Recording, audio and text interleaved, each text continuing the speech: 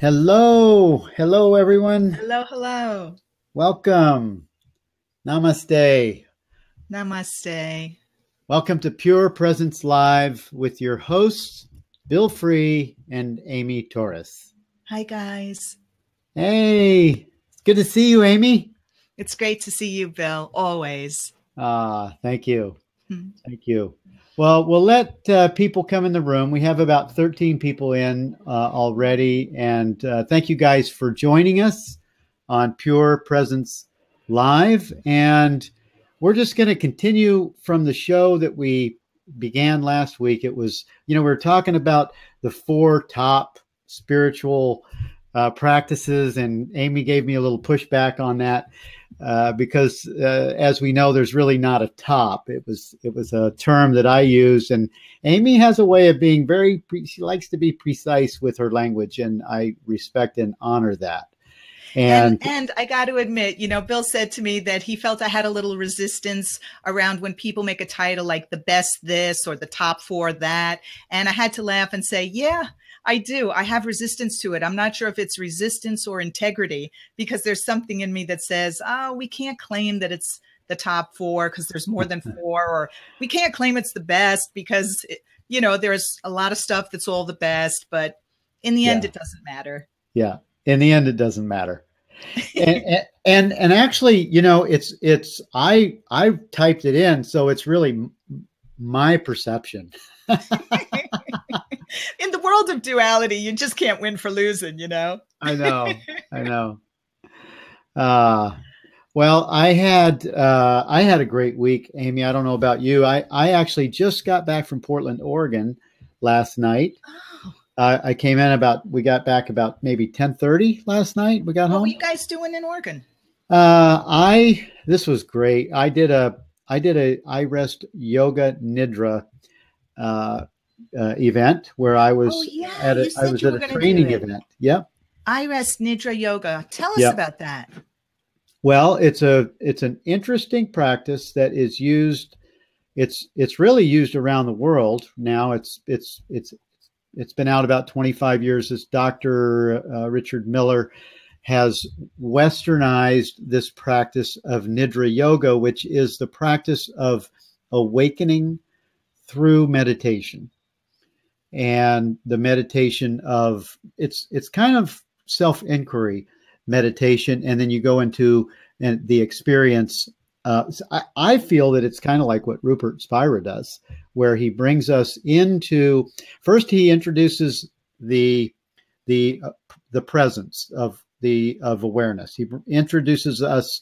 He brings us into the recognition of the self, and from and in the recognition of the self, he has us travel and see from there, and he moves us through these visualization exercises that is really uh, it's accessing a part of it's becoming aware from the place of subject that is that's having this experience, and noting the experiences that are occurring, and realizing that we're actually not separate from any of the phenomenon. We're not separate from any of the experiences of the senses or the body, or actually time and space even, but we are interconnected to that.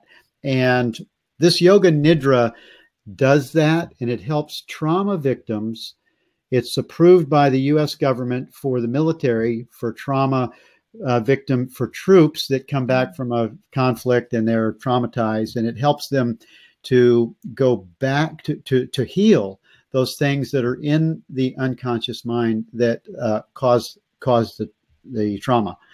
And it's used for mental health patients, for trauma, for rape victims or rape situations, just anywhere that there's some kind of mental trauma experience, and it brings them through into the healing through meditation. It's a beautiful experience.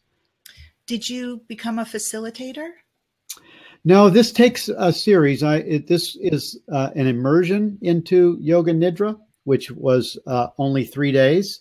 And the certification course is several 5-day periods of training where you're certified as an IRES trainee. And then you become a trainer after the second level of certification. I have signed up for this level 1 that will be in Chicago in September. And I enjoyed the practice, but there are parts of it that I'm going, it's got too much movement in it. It has too much of the object. It's too focused on the object, and it's using excellent tools of self-inquiry to locate to notice and be very aware, very, very, very alert to the objective noticing, but it doesn't spend enough. There's not enough information or enough practice in the event that I went to tell me that they spend much time on subjective practice, subjective reality. Is it specifically for people who are dealing with trauma? Yeah. Yeah. So I guess it's meeting them where they're at. Yeah. Which is not where you're at. Yeah. Yeah. At this point. Yeah. At this point. Yeah. Yeah. And I think that's the difference. And I'm already signed up for the September class in Chicago, and I'm asking my inner guide on whether I'm supposed to go to that. So the jury is still out if I'm going to actually go to that event, because I really like to stay at the high level of consciousness, where the light is what I am. And as I can see from there, I get a better view. So we have a few comments. And I'm giving them little chats. I'm chatting with people, just saying hello and thank you. And Lynn says she's going to record this and play it on ASIM Gather. That's so cool. Oh, hi, Lynn. Love you. I love you too. Thank you for being here. Saying hi to Monique and Karen and Ray. Ray is here. Yeah. And Ray, welcome. You've been asking great questions, Ray. Yeah, Ray is always engaged, isn't he? And Myra from Holland. Hi, Myra. The other event, the event that Lisa went to, oh my God, it sounded like she was walking on water and through fire at the same time, with Joe Dispenza. Oh yeah, from The Secret. Yeah, Joe Dispenza. She was texting me going, "Oh my God, this is so good." And was that in Oregon also? We were in the same hotel, and I would get an Uber. And one day I rented this car. You can download an app, and you can find a car in the city that's parked on the street. Click reserve on the app. It'll reserve the car for you. Walk over to the car. It'll unlock it. You drive it where you want it to go, and you leave it and walk away from it. That's new to me. I never knew about that. Me too. And I did it. Wow. And I had a great experience with it. It was weird though, because I kind of screwed up a little bit. and accidentally stole a car. No, I drove it out of the zone where you were supposed to, where you could leave it, and I couldn't walk away from it. I had to stay with it or drive it back to where I came from. Oh. So I had a little bit of an experience with this car, and it was great. It didn't cost me $10 though. It cost me $90 to have the full experience. Oops. Yeah, it was great. They're BMWs. Guys, it's a form of tithing, right? You're just tithing. Yes, tithing into the flow. The laws of circulation were at hand. Yeah. So that was my weekend event, and we both had a great time. I loved the Yoga Nidra experience, and I don't know if I'm going to go to the next one or not, but I'll know pretty soon, I'm sure. Well, I'll share that on my end. I also had a pretty cool week. I've been writing on medium.com a lot, And one particular article of mine called "What Type of Procrastinator Are You?" has gotten some traction. And I'm interacting with such interesting new people, really enjoying it, because the crowd on Medium, they're readers. And so they have a more intelligent approach. They're curious and interested. Whereas Facebook is more social. So it's refreshing, to just be having a different kind of conversation. And on Medium, there's a lovely guy named Sachin Sharma, I think, who has a new podcast called Spoon of Consciousness. And he invited me to be a guest on Spoon of Consciousness. And that happened the other day. So we had a really cool Zoom room recorded talk that I think will air in October or something like that. But oh, that sounds wonderful. Thank you. When we get into our flow, it's so fun because all of these new opportunities and holy encounters occur spontaneously all the time. Yes. True. So good. Well, I do have another high point from our trip to Portland. We got to hang out with Jimmy Twyman a couple of times. We had lunch with him, and then we had dinner with him the night before we left.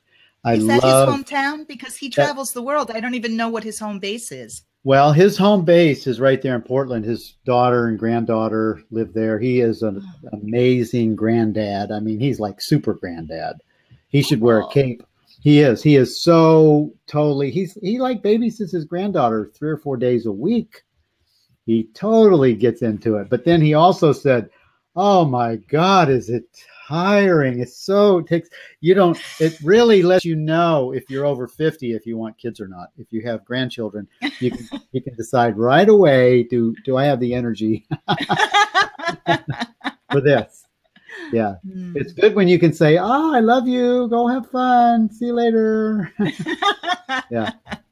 But I have 5 grandchildren. I love them too. And I'm not close enough to them. They're in Texas too, so that I could really spend time like Jimmy does. But Jimmy, I love that guy. He's such a beautiful being, so devoted to the truth. And he's just an inspired, they call him the peace troubadour. So he's an inspired troubadour. Yeah, he's had some amazing ideas about approaching the Course in a musical way. And any of you guys who haven't heard of him, you could probably Google James Twyman, Twyman, and you can get on his mailing list if you want to and explore his material. Sometimes he does like a cruise or something, and you can join him for a kind of spiritual journey. Well, he's actually on his way. He's going to Cuba next week. He's going to do an event in Cuba. Mm-hmm. And then I don't know what he was going to walk from Portland to Boston. He was going to walk it. Yeah. And he's called that off. We're trying to get him to meet us at a walk over in Spain. What is that big walk? It's the Camino de Compostela. Yeah. We're going to do the Camino next year with about Compostela. Yeah, El Camino they call it. Yeah, El Camino. We're going to do that next year, but that's a big deal. Doing that the real way, the entire journey. We're not doing the whole. We're going to do 120 miles. So we're not doing the whole thing. We're going to do Spain and Portugal. That's still biting off a nice chunk. Are you going to wind up in Portugal and go visit Muji? I don't know. That would be cool. Yeah, that would be cool. All I know is travel light on El Camino. You don't want to be carrying a lot. Yeah. Well, I'm practicing. I'm doing a bicycle 5 days a week. I'm doing and I haven't started the treadmill yet, but I definitely will be doing some workout training. Ray says that he walked El Camino last year. See, I would love. Can't we get you on audio so you could talk? Is that possible? If he put his hand up, if he has a Gmail, do you have Gmail, Ray? Let me see. Yeah, Ray, chat with us. Tell us if you can actually raise your hand and talk, or just type a little more in the chat. He has Gmail. Put your hand up. We can bring you in. He carried 14 pounds of stuff, and he lost 14 pounds of weight. Wow. Did you have 14 pounds to lose? That's a lot of weight. Good question. Okay, cool. Let's see. Can he raise his hand? We'd love to bring you in, Ray, to talk about hang on, he says. I think he's going to figure that out. Okay. Okay. Cool. And while you're doing that, He just needs to put his hand up. Just Monique, click on the hand. Yeah. Enrique, thank you. Enrique says he started reading Sweet Dreams. Yes. Beautiful. I hope I pronounced your name correctly.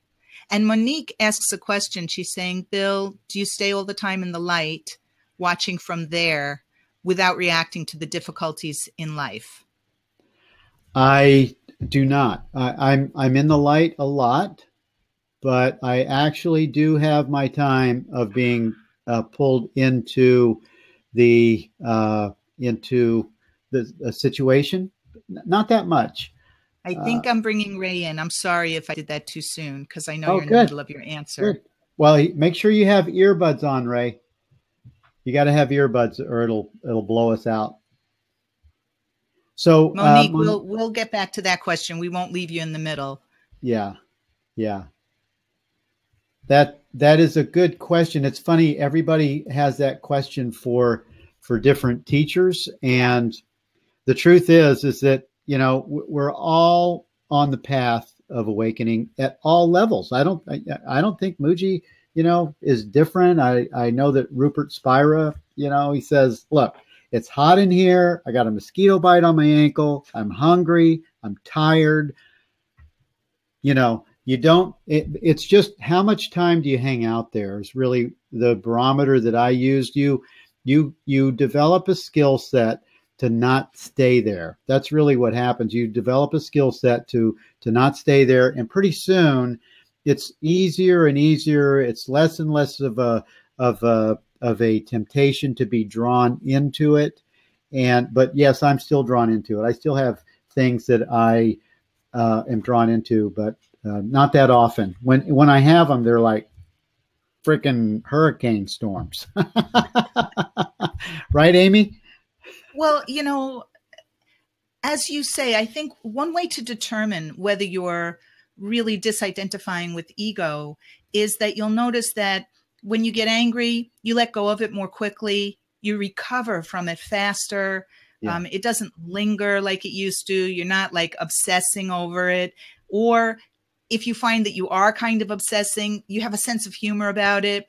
You have the presence of mind to turn it over to the Holy Spirit.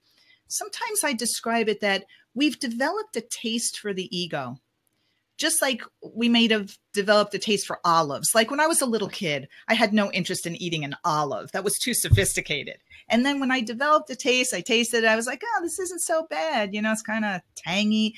Then I got to like olives, but it wasn't my natural inclination. Well, that's what we've done with the ego. We developed a taste for it, but actually it's not our natural taste. And as we let go of that, as we stop saying no to God, we just find that we're living in a much more light-filled, enlightened, lighthearted place.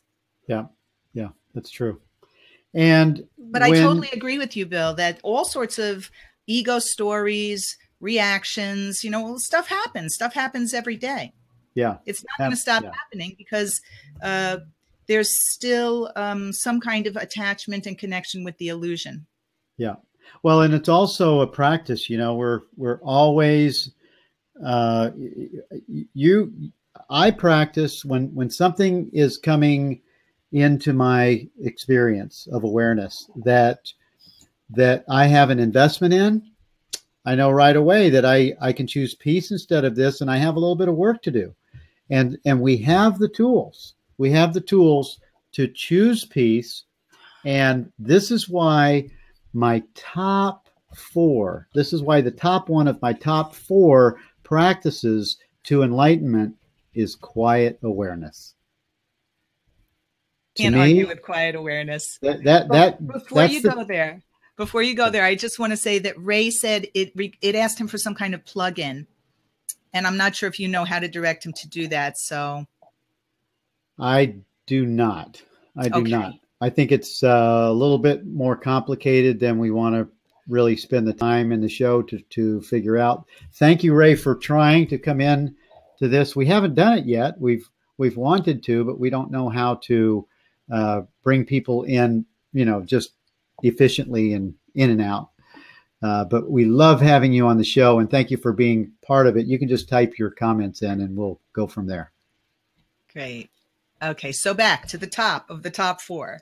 Oh, the top. Well, it's in a lot of the workbook lessons. It's in all of the meditation lessons, and it's in the Old Testament. Be still and know that I am God. That's the only place that you can find your identity. It's the only place that you can discover and have a visceral experience of knowing your identity, of being what you are, being the light, and having the light experience on demand. Right now, I'm having a light experience because I'm talking about it. And it's only an acknowledgement of that experience of connecting with the light is all that is necessary to have the experience of the kingdom within right now in this moment. And now I'm going to do my precision thing and say that, and it will go beyond the viscera. So if the viscera is actually our organs, and we do start to feel this stillness in the body, and then there's actually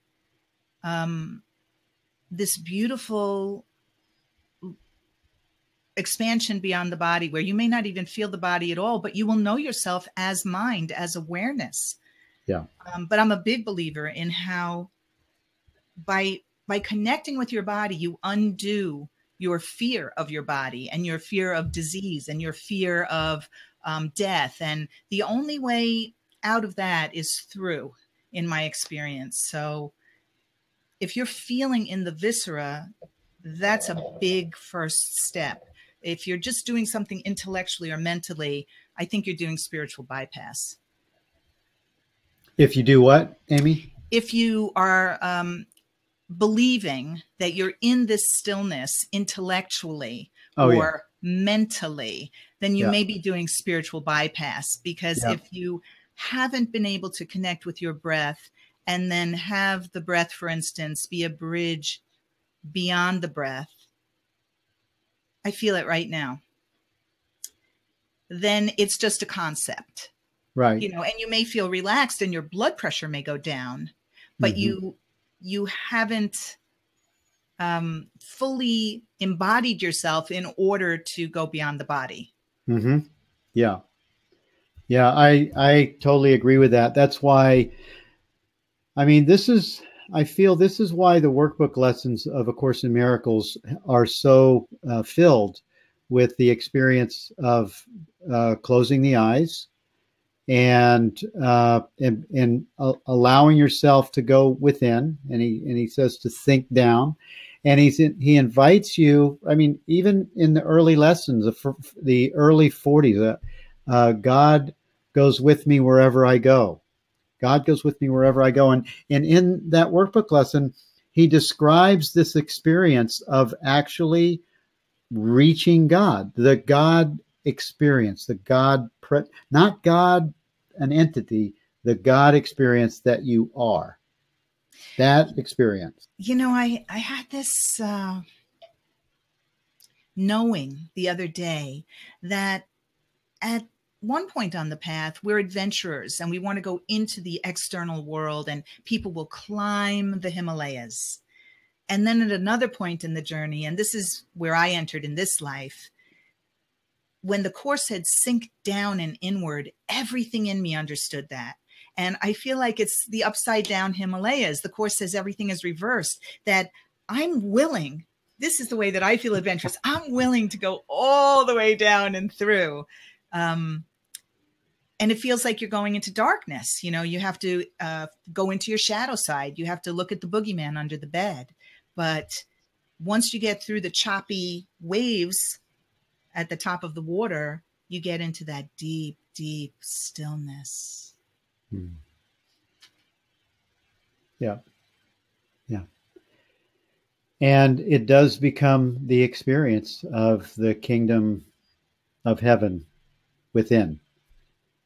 And the Course actually invites us to bridge the self that we thought we were to bridge it and integrate it in and as the self that we are.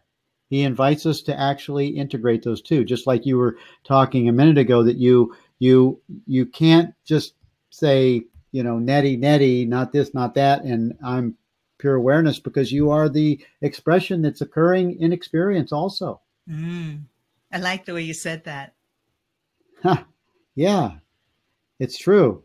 And to me, I needed both of those. I needed to separate myself as neti, and then I needed a teacher like Rupert and Mooji to help me to realize that I needed to integrate, and also conversations with you, Amy. You're totally into reconnecting and reintegrating the understanding back into the experience of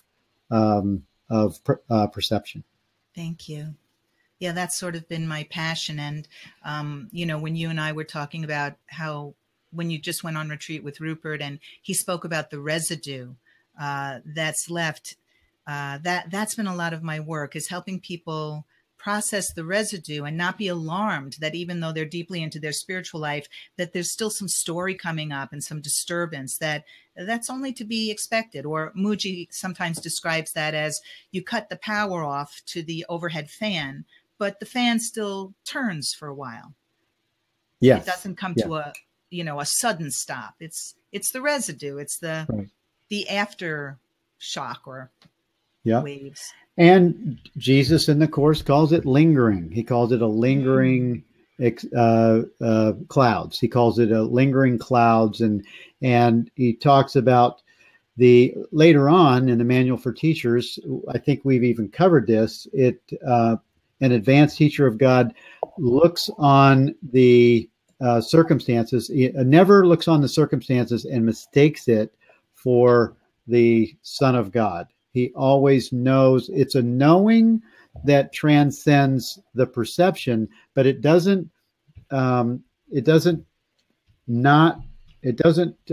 away the perception of the experience that seems to be happening. Yeah.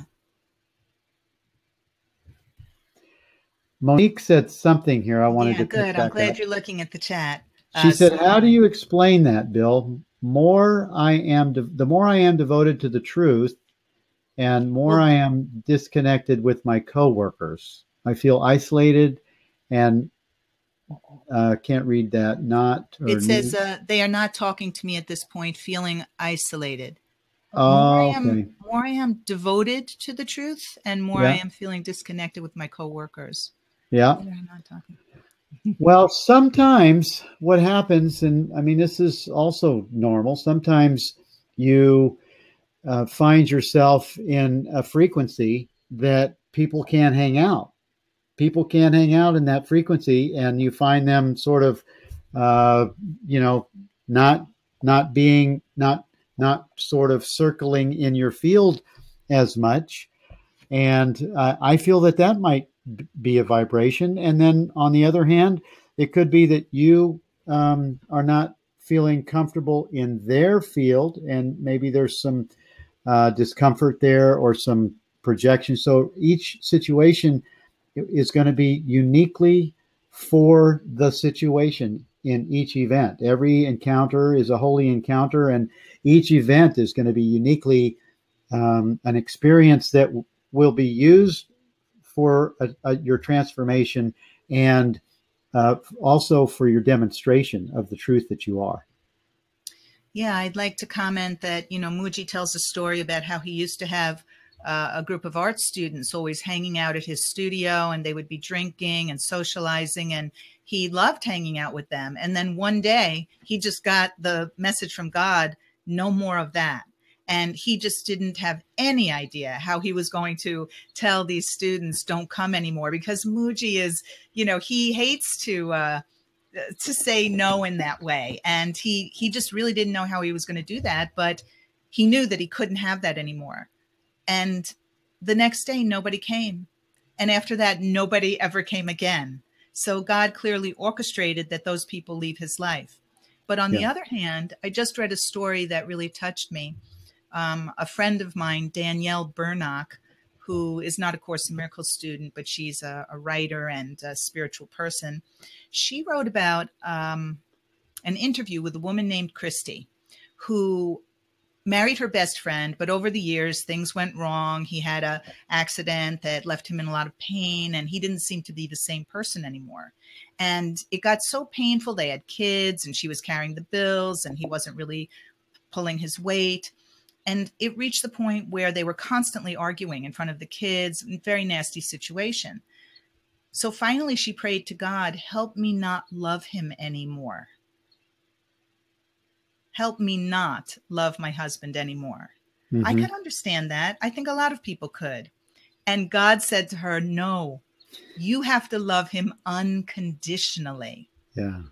Now, it's sort of similar to your situation, Monique, because, you know, it seems like you're not vibing with your coworkers, and you might want to say to God, you know, get me out of here, or I don't want to associate with them anymore. I'm just guessing.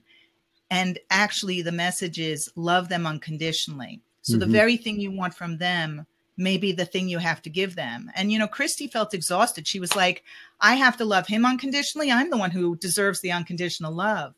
But the message was, yes, respect him, even though right now you don't have respect for him, and love him unconditionally. And when she really did that, things started to shift. It took about 6 months, she said. But it was a miracle, and her children watched the transformation. So you might find if you keep your Course in Miracles talk to yourself, because we can't talk to other people about this stuff, and you just open your heart to be guided by your inner teacher, that you will be an undercover minister, I like to say, that your embodiment of the Course will shine through you. And then maybe a different kind of interaction can take place. On the surface, it might just sound like chit chat, but the substance of that chit chat will be our deepest love and understanding. Yes, yes. And I have a follow-up comment on that after the break. We'll take a break for just a minute, you guys, and we'll be right back. This program is brought to you by the Teachers of God Foundation and Amy Torres, ACIM.com. Both of these organizations have programs to support you in the transformation and awakening experience. The Teachers of God Foundation has the 40-day program that is free, the Guide to 365, ACIM 365, and Living in Purpose 6-month Mastery course. Amy Torres has her well-known Working the Workbook course, her new Intuitive course, and she does private sessions by appointment. Thank you for joining with us today on this webinar. And now back to Bill and Amy. Hi, everyone. Welcome back. We're back. Yes, we're back.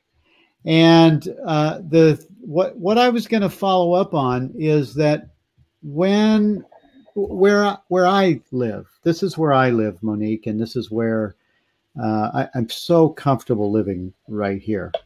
And this is why I think that out of the top 4 that I have posted, the top one is Quiet Awareness, because what I'm finding is that when I just take brief moments of quiet awareness, it's almost like I move into an altered state of experience, and there I let any kind of decisions, any kind of what seems like choices, any kind of what should I do about this, or what should I do about that? I let all of what my seeming possibilities are, I let them come in front of that experience of quiet awareness.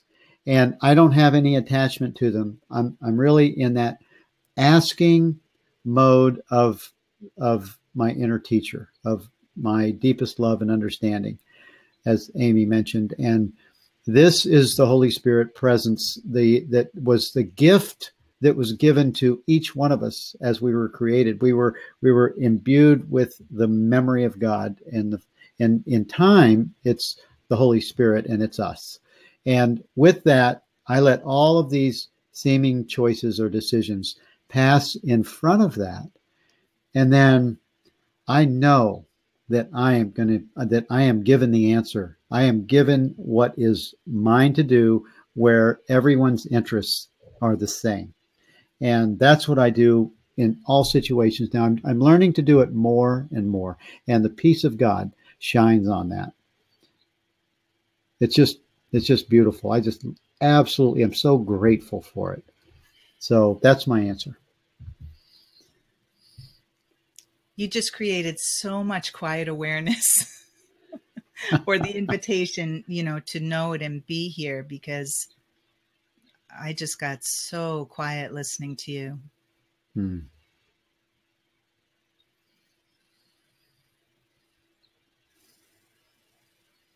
Yeah, it's a total gift in my mind.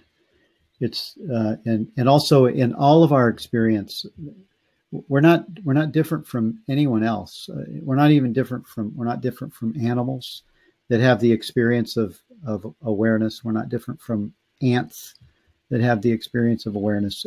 And we have this gift of understanding it so that we actually are able to choose to shift our experience into the presence of being one with everything that is. Quiet awareness. It's my fave. It's definitely my fave. It's your fave, quiet awareness. Yeah. I'm going to read you something that a Tibetan teacher, Tibetan Buddhism, puts it this way. Vision is mind. Mind is empty. Emptiness is clear light. Clear light is union. Union is great bliss. Nice. It's beautiful. Yeah, that's nice. I'd like to just look at what Ray said in the chat, because we invited him. And yes, thank you. Yeah, good. You want to read?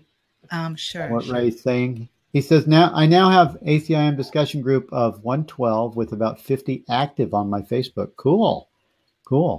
And what's it called, Ray? Do you want to share it with everybody? What's your group called? If anyone is interested, he has right here to join discussion group. It's open to the public. Bear in mind, I'm kind of new to discussing things. Catch me on Facebook at Raymond Pratt.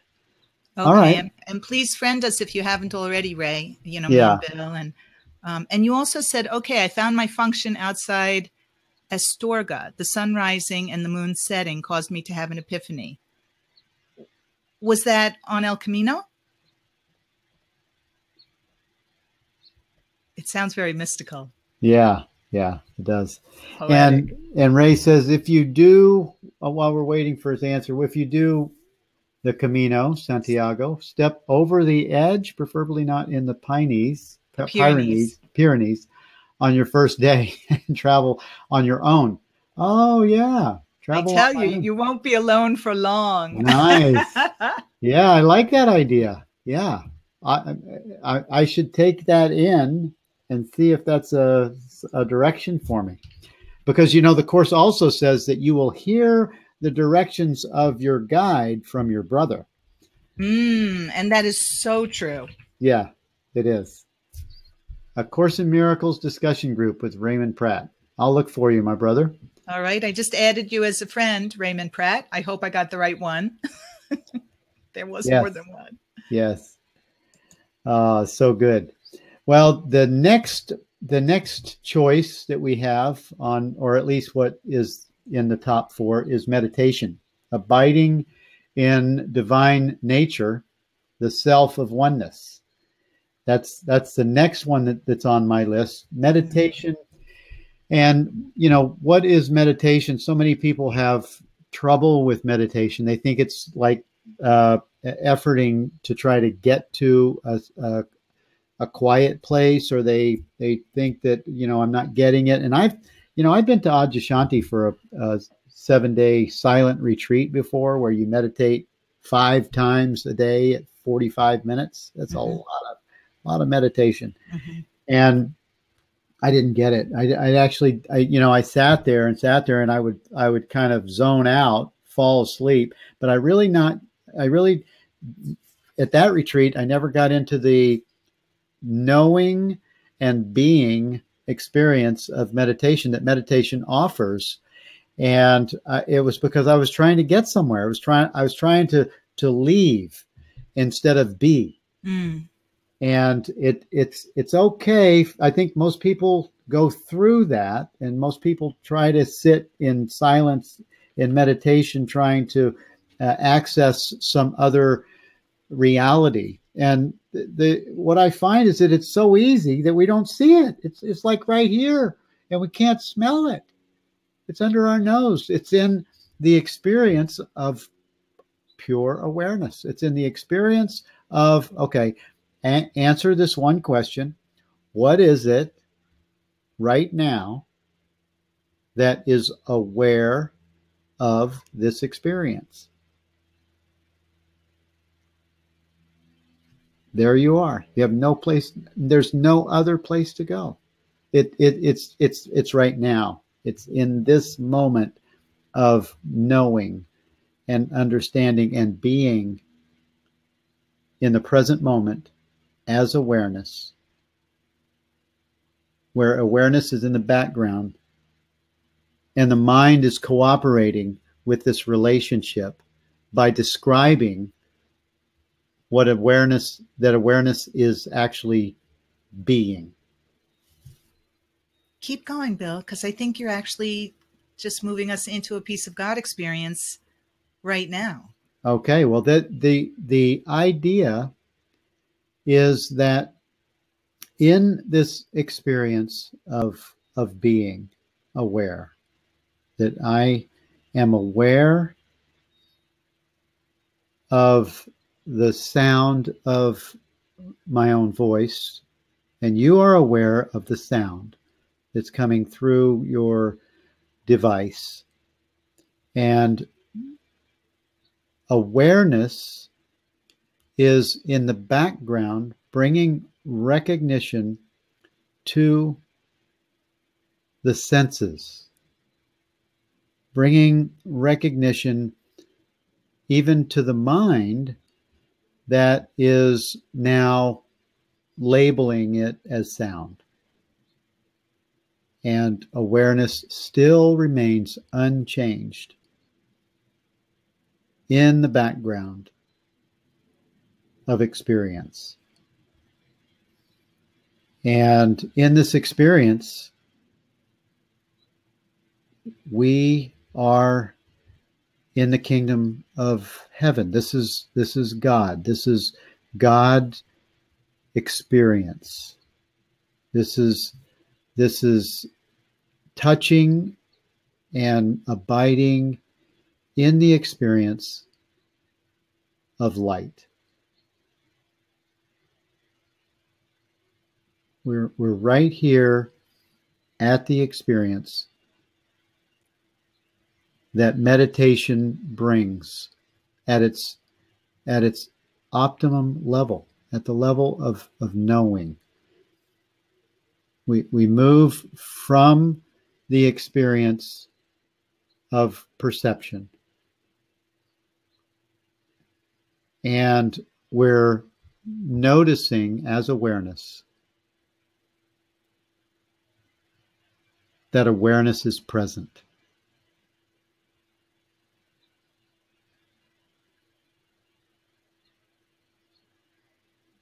And the presence of awareness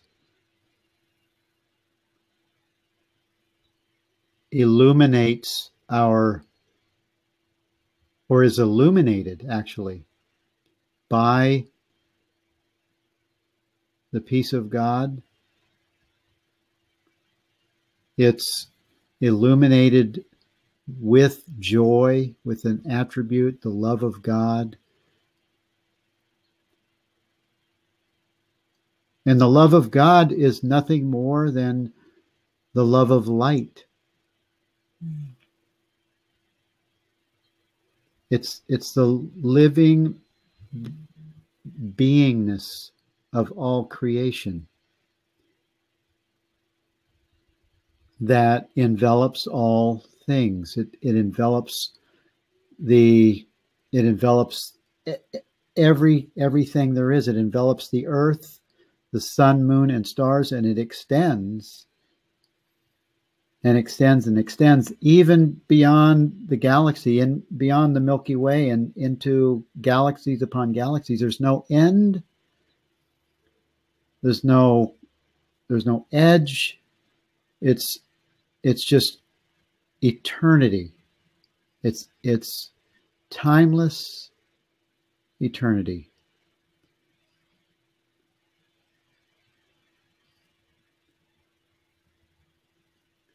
And this is where we rest in God. This is the gift that is imbued upon the Son of God, the light of truth that we are. We are this light of truth. We are the beingness. And although it's being described, it's also in a much higher level, it's known.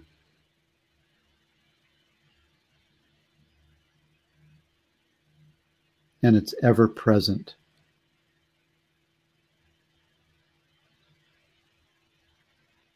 It goes with us wherever we go. Because it is what we is.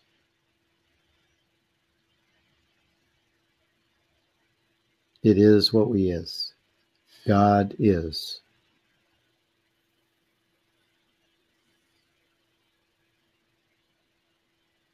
And so it is. And so it is. That was amazing, Bill. I feel like I just spent a whole day at the spa. That was so good. And I don't know, if you had your eyes open, viewers, you might see that my head starts to go or my neck cracks. And those are Kriyas. That's Kundalini, moving up the spine and freeing up your antenna so that I and you, if you're experiencing anything similar, can feel good about that. If you notice your head moving rapidly or your body shaking stuff out, that comes with the territory of really opening up to the quiet awareness that you are. Yeah.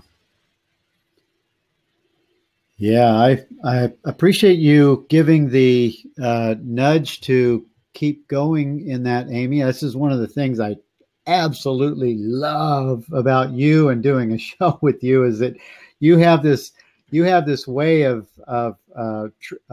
turning on the switch that really opens the light source.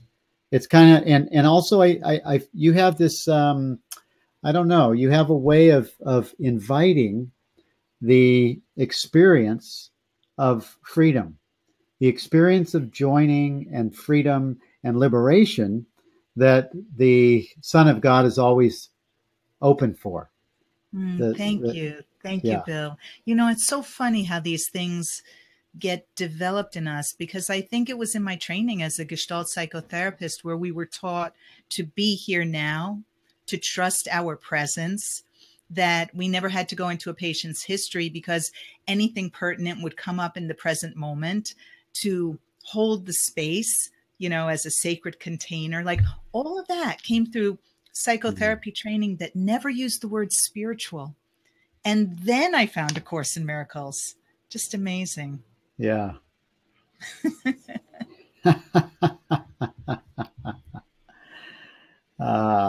Well, we still have a few minutes left. We have, I think, about 5 minutes left. And we have on our list true forgiveness, bringing all illusions to the truth of presence. True forgiveness is third. but I don't know that it's in linear. I don't know that it's really sequential. True forgiveness is great, but there's nothing like the experience that we just shared in this joining, where all of us went to the mountaintop together. Yeah. Yeah. The true forgiveness is this incredible emptying that makes us available for the mountaintop. Yeah. Yeah. I just did a video this morning. We have a new prosperity course that we started, that we opened up last month. And I did a module on it this morning. And the module is called Asking and Listening.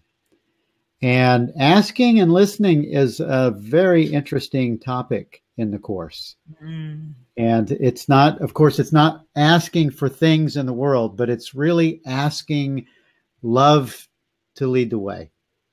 It's asking the light in us to step forward as we step back, and we invite the light to go forward.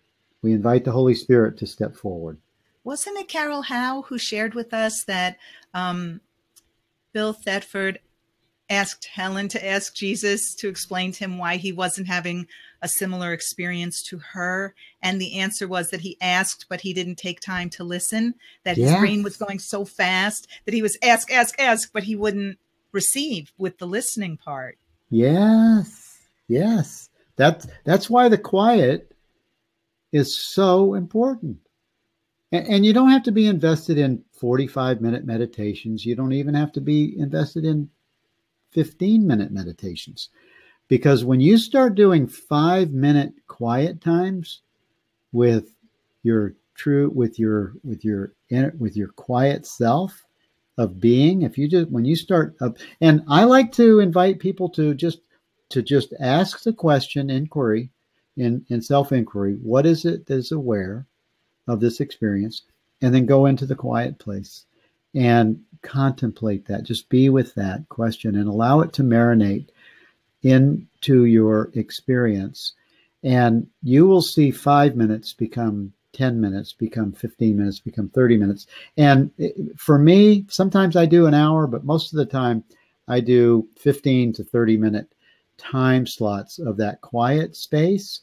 And I'm not looking for audible words. I'm plugging into the source. And what's happening is, in that quiet place, is like the switch that turns on the current of God presence, and lights this one up as a light bulb. Yeah, it can seem impossible or too agitating to meditate for a long time if we're not ready for that. And yet Jesus says in the workbook that at some point, instead of kind of dreading our moments of quiet when we're doing the daily practice, that we'll start to look forward to the daily practice, exactly like what you're saying. And also meditation takes on a different flavor. It doesn't feel like homework or, something that we have to do. Also, guys, you might be guided to specific forms of meditation. Last year, I signed up for a course on hypnosis, but I got enrolled in a course called Become a Modern Master with Deborah King. And I was like, what's happening? I thought this was a hypnosis course. But actually, Grace popped me into this other course that was a particular type of meditation. And I loved it. And then I wondered, why am I doing this? It's not like a, pathless path or direct experience meditation. I'm actually using a mantra. But it was perfect for me at that time. So you don't have to overthink it. What's really necessary is to cultivate that relationship with your inner teacher. Yeah. Yeah. And I don't know if Ray is asking the question based on what is it a holy instant? The holy instant is a cool device. It's a really cool device where you just pause and you acknowledge the truth of your identity. You acknowledge the truth of presence. You acknowledge the truth of beingness. You acknowledge you move into the light, but you don't try to get ready for it. You just go there, and whatever you're holding on to, go there with it, and allow it to just allow yourself just to go into the holy instant. It's a holy instant of now, of being present and not and suspending judgment 1,000%. There's no judgment at all. There's just a willingness to join with what you are. I think Jesus calls it a miniature of heaven, the holy instant. It collapses time. It's a timeless moment where you get to have a hit of, oh my gosh, this is reality. And it feels more natural than anything that we've experienced in time. And a miracle collapses time. So a lot of terms in the Course, like atonement, salvation, they all mean the same thing in the end.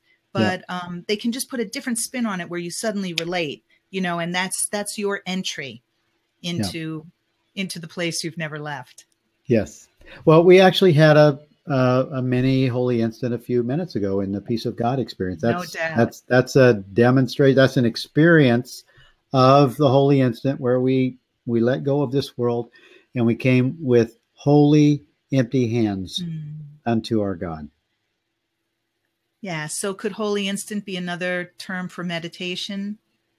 Why not? Yeah, I think so. It's moving. He's using all these great terms. I mean, the holy instant sounds, I mean, it's like, okay, the holy instant. What does that mean? It means it only takes an instant to be what you are.